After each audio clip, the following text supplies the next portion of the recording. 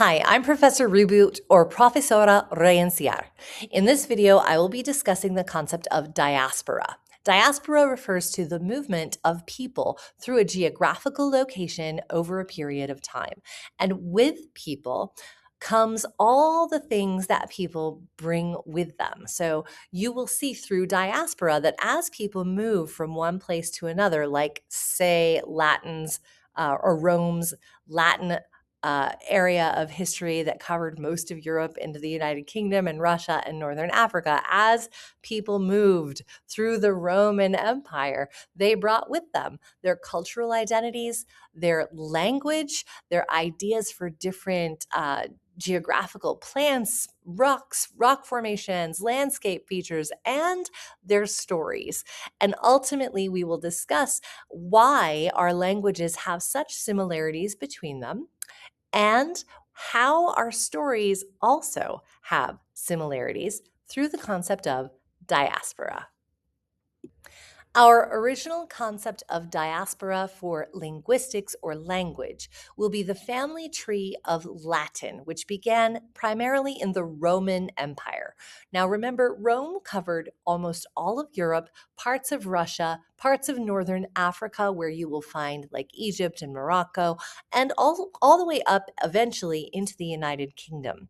So you will see that the languages of all of those regions share many common family tree elements.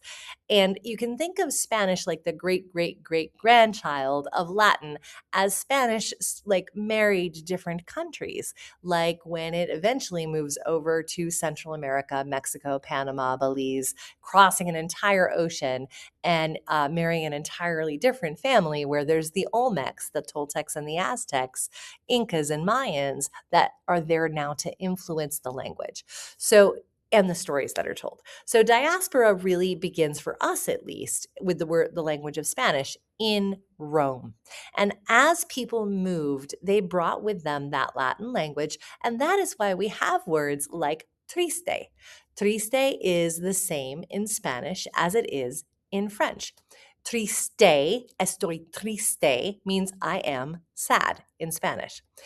Triste, spelled exactly the same way, means sad in French. And if I say je suis triste, I'm saying I am sad in French. Estoy triste, Spanish. Je suis triste, French. Both say I am sad. Almost identical. Now let's look at numbers. We have uno, Spanish, French, un, dos, deux, tres, trois, cuatro, quatre, cinco, cinq. They're almost identical. That is because of diaspora. That's not a coincidence. As people moved, they brought their language and their stories with them. So when you're thinking about cognates, remember cognados in Spanish, cognates, words that look, sound, and mean or are spelled the same way and mean the same thing in multiple languages, you can think about that through the concept of diaspora. As people moved from one place to another, they brought with them their languages, and they adapted their languages to the new geographical region they were in. But they didn't just bring their language, they also brought their stories. And that brings us to the story we most commonly know in the Western world as Cinderella. Now let's think about that diasporically, meaning from the concept of diaspora. Cinderella began its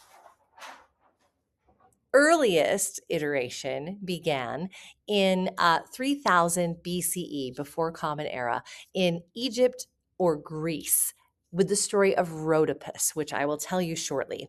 It evolved over time into the 19th century's Chinese story of Ya Jian. And then in the 1650s, the 17th century, in France, we have Cinderella, which is very similar to Cinderella, the Ella girl of the soot cinders. And then eventually we reached the year 2000 in Mexico with the story of Domitila, which is a Mexican Cinderella story. So when you are thinking of the diaspora and the movement of people and their stories and the cognates and the relationships between languages and story, I want you to be looking for the similarities between the stories you are about to hear. Now, the story of Rhodopis begins in ancient Greece, where Rhodopis was a girl who was born to very rich parents, possibly royalty. And Rhodopis, her parents in Greece were killed and she was sold into Egyptian slavery. And Egypt then brought her over to work along the Nile. The Nile is a very famous river in Egypt that would flood each year and at a very predictable time. And when it flooded, it would bring along very rich vegetation, allowing Egypt to be a very profitable, very rich kingdom for a very long time. Now, Rhodopis was allowed to bring one thing with her.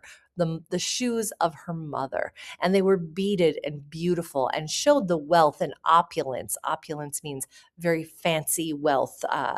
It means lush and beautiful of her family. And those shoes she happened to be wearing one day as she worked along the River Nile when an eagle spotted the glittering diamonds of her shoes, swooped down, grabbed a shoe off of her foot, flew over the Nile, and dropped it into the lap of one of the pharaohs. The pharaoh, of course, being the king or the prince of Egypt. As soon as the pharaoh saw the slipper, he knew he had to find the owner of this beautiful shoe. He meets Rhodopis, and of course, he marries her. So there we have the origin 5,000 years ago of our very first Cinderella story, where a shoe brings a woman from rags to riches, or a person, I should say, because there are variations of Cinderella that are different genders, of course. There are others. Now, flash forward 4,000 years and about the same number of miles around to the other side of the world, to China, where you have the story of Yi Jian. She is a young princess who is intervened by a magical fish, again with a shoe, convincing her by taking her shoe and swimming it over to a prince that she needs to marry that Chinese prince. Now, there are many variations of that story. That's just one, but I want you to notice that the shoe, the woman, the rags to riches, and the magical intervention that seems to be happening in all of them. Now, let's look at the next one. Now, the Silk Road connected China to other parts of the world like Europe. And that is possibly how we can see the connection between Egypt, China, and now France 700 years later in the year 1650 with Cendrillon, or the story of Cinderella as we know it, which established the concepts of the pumpkin, the fairy godmother, and the glass slipper that most people are familiar with. Now let's look at Domitilla. And finally, 500 years later in the year 2000, we have the tale of Domitilla. Domitilla can make a feast from a cactus. She can make leather into art.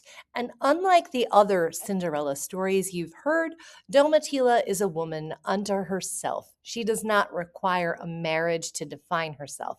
And this story, I think, beautifully captures both Mexican heritage and the concept of the diaspora of the Cinderella story. So as you're reading this story, I will not spoil it for you. I want you to make note of the fact that there is a glossary in the back that does have Spanish words along with cognates. Please look for any cognates that you find and answer any questions related to the story that you are given. Thank you for your time.